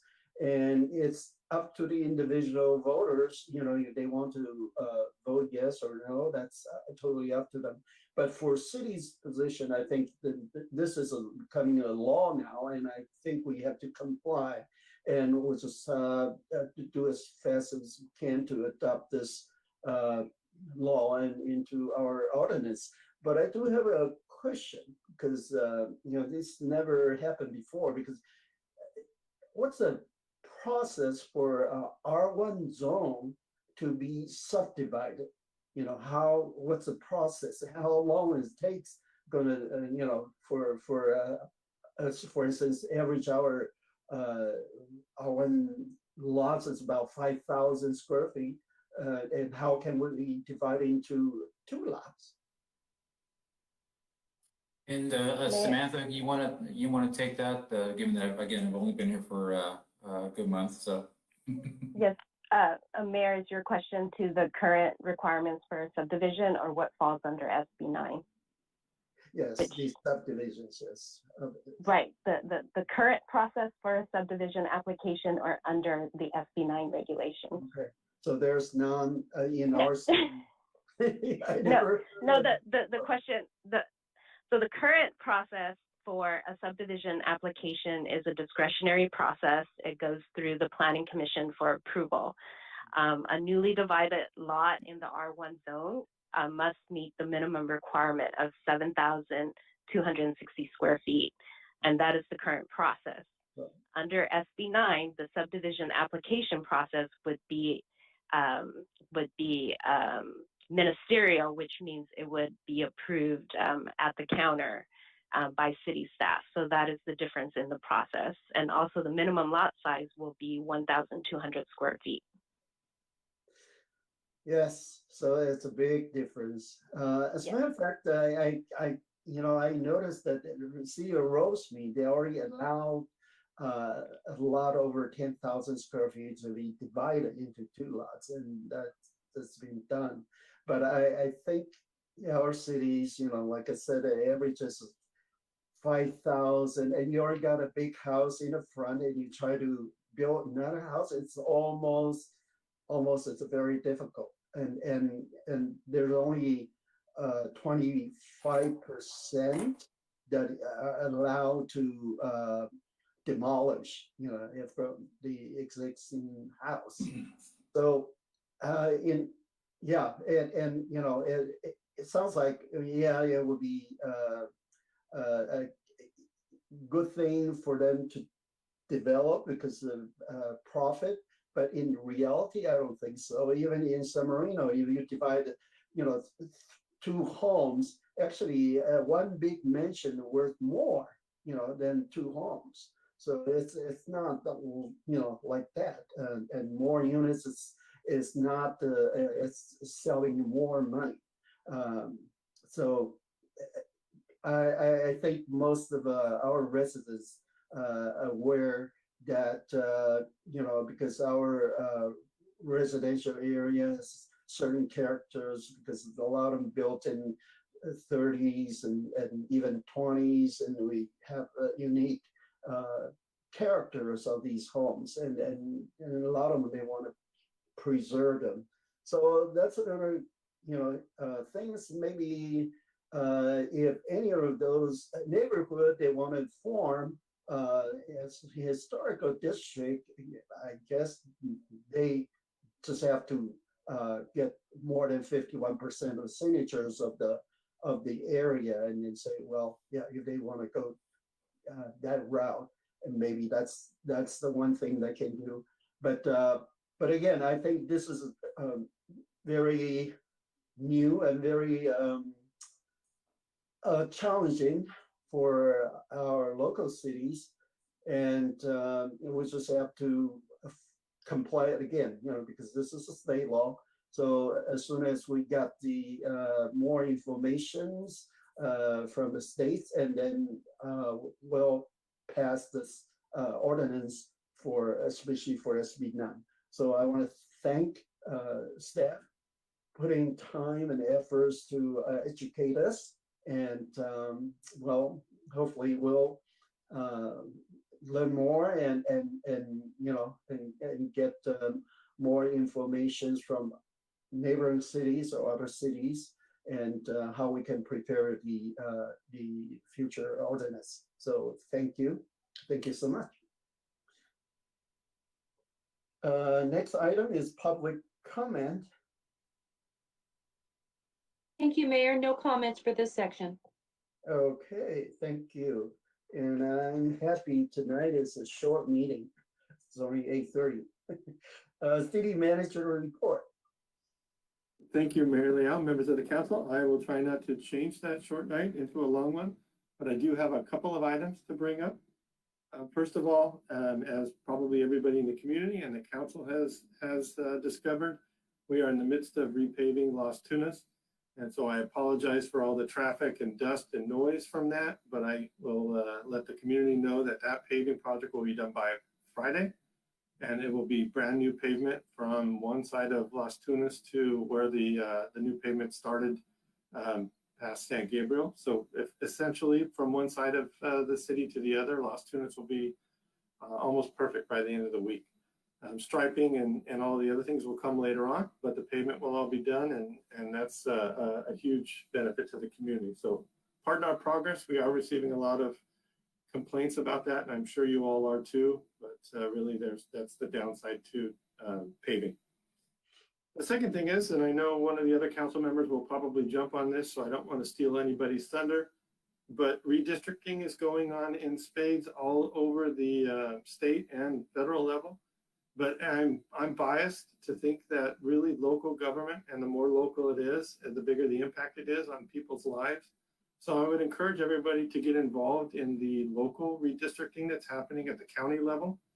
There are 4 options that the county is considering, and I know that the COG is working on a 5th option that they're trying to propose that would keep the majority of the San Gabriel Valley in one district.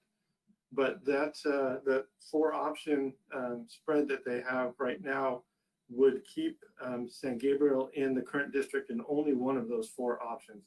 The other 3 would have it in what is now basically District 1. So I would encourage, and that's not a comment on whether that's good or bad.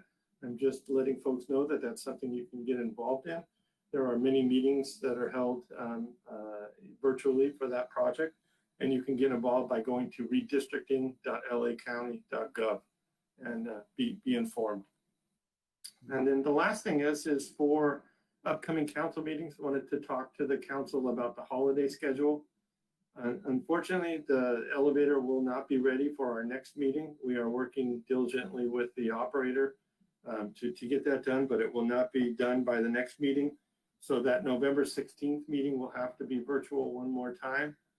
For the December 7th meeting, that happens to be our employee awards or recognition meeting. So my proposal would be to hold that at the Mission Playhouse in person, because we do have families that like to come to that meeting, and that will hold people in a little bit more spread out area. And then we can also have the reception that we would normally have in the lobby, and that would make that a convenient situation.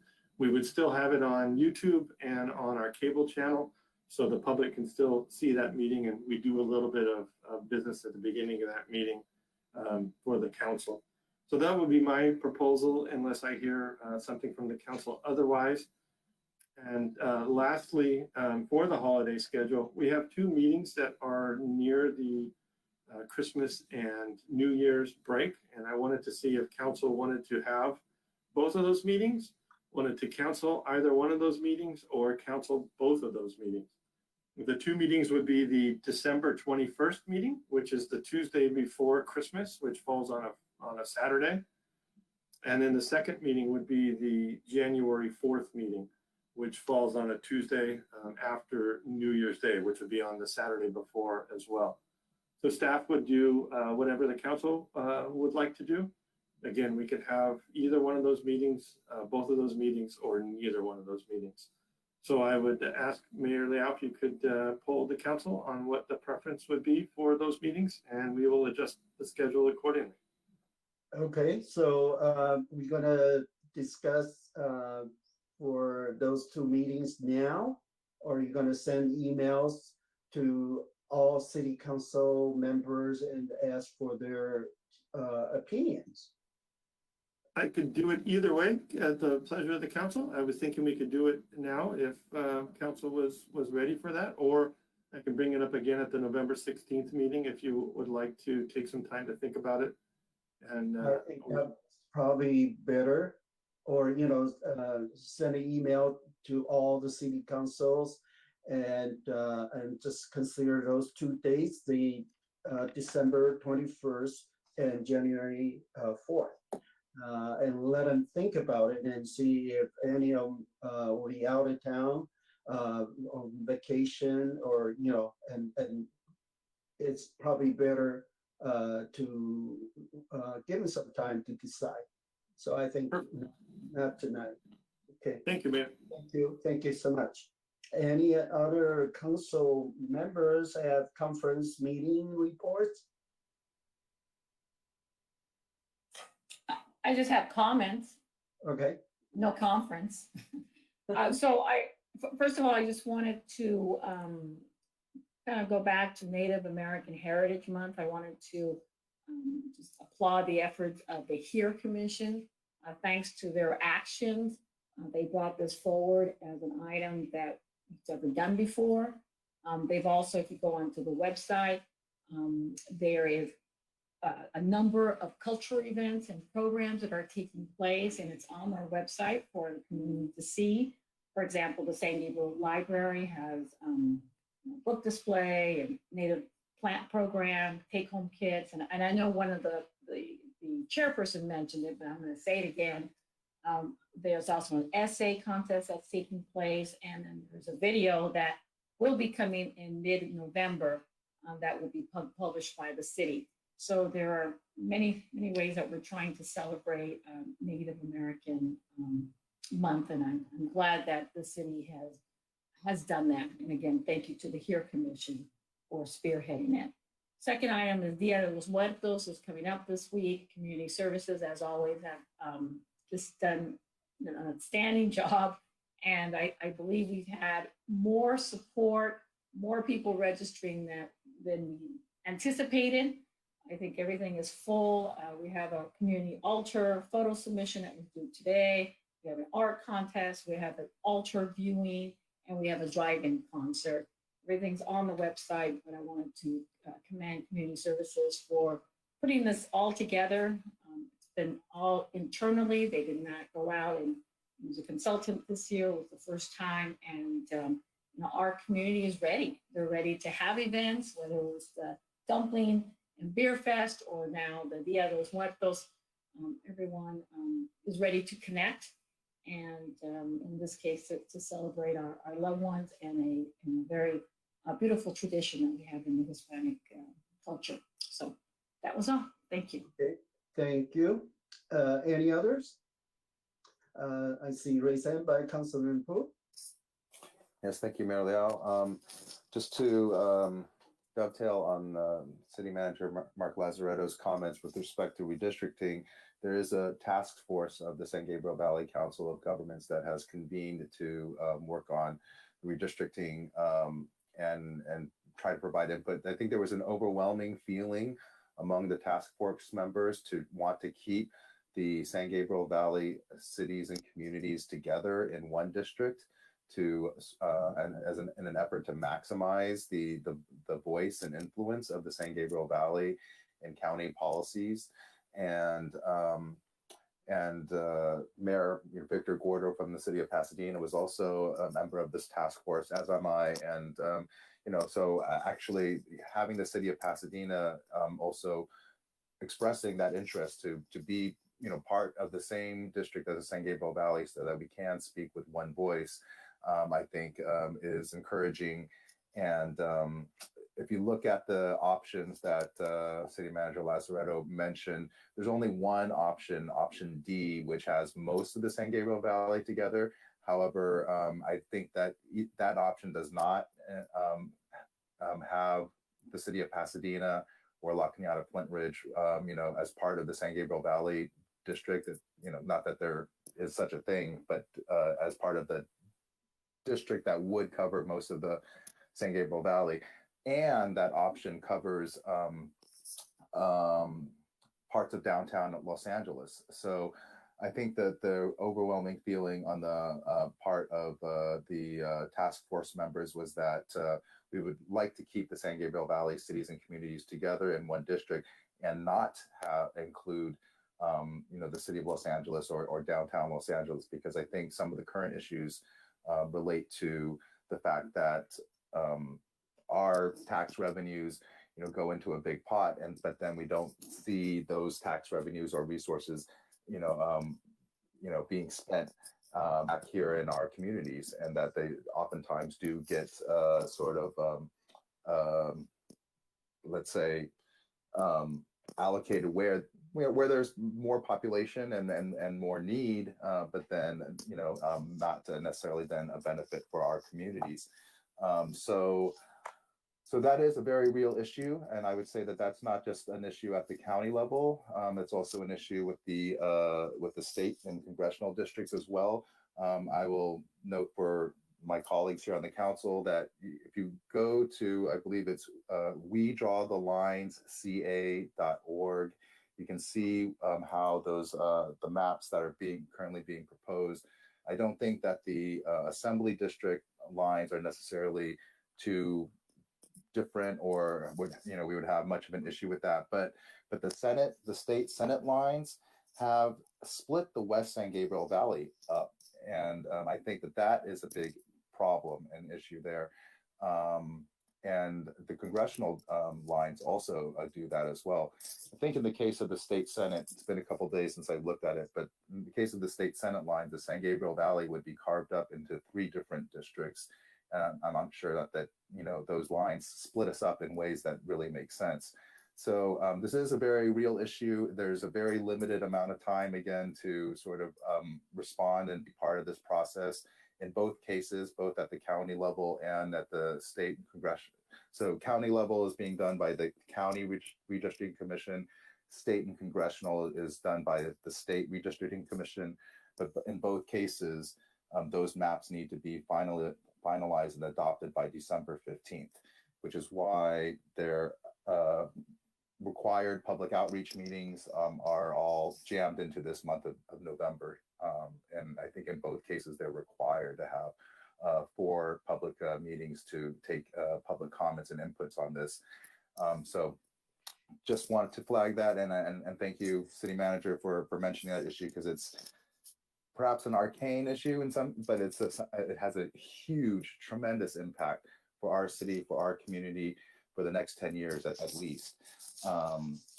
I'll also wanted to dovetail on Councilwoman Menchaca's comments about Native American Heritage Month. I do also, I'm appreciative that we're able to have that proclamation. So thank you to Mayor Leao and to the staff for bringing that forward. I thought it was a great touch to have Chief Morales and Chief Salas attend the meeting and provide their comments. And I'm looking forward to working with the, I think it's an ad hoc committee to also further the land acknowledgement statement that's been started. And I can't think of a better time than Native American Heritage Month to, make progress on that and bring that forward. Lastly, I'll also thank Community Services Director Rebecca Perez because we are begun the process on planning for our Lunar New Year Festival for next year. I think the actual date of Lunar New Year is February 1st or 2nd, I believe. Maybe it's the 4th. And we're planning on having the festival on January 29th, and we hope to be able to at least be as spectacular as dumplings and beer, and bring back this tradition, since the year of COVID had put such a dent in so many of our community events, which are so widely celebrated and enjoyed by members of the San Gabriel community, as well as people from all over LA County. So I think that's another tradition that we can be very, very proud of, and we look forward to continuing this process, and bringing the Lunar New Year Festival back. Thank you. Thank you, Councilman Pu. Any others? Okay, I see Vice Mayor Dean. Go ahead. Yeah, thank you, Mayor Liao. Okay, Yeah, it's the same thing. It's to the Councilmember Machenka.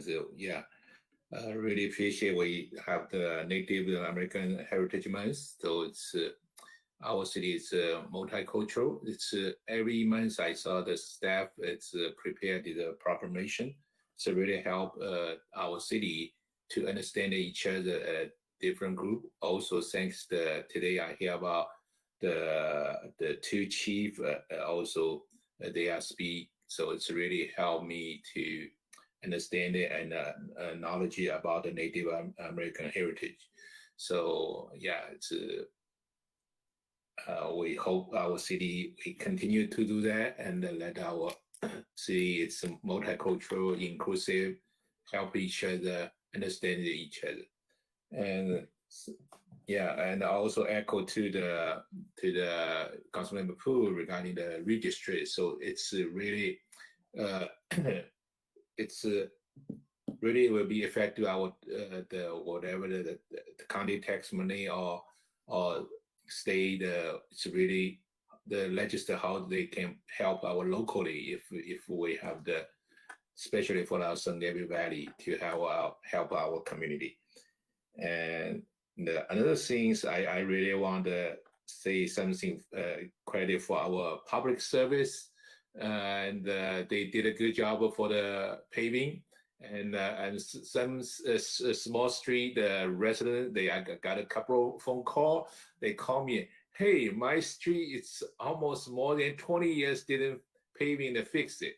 This time they get it, so they're really happy to our city really do something for the community. You know, they're really exciting. But also I see the Las Tunas the street because that day I go to the Kawana the appreciation the lunch for our frontline. It's our police department, the fire department.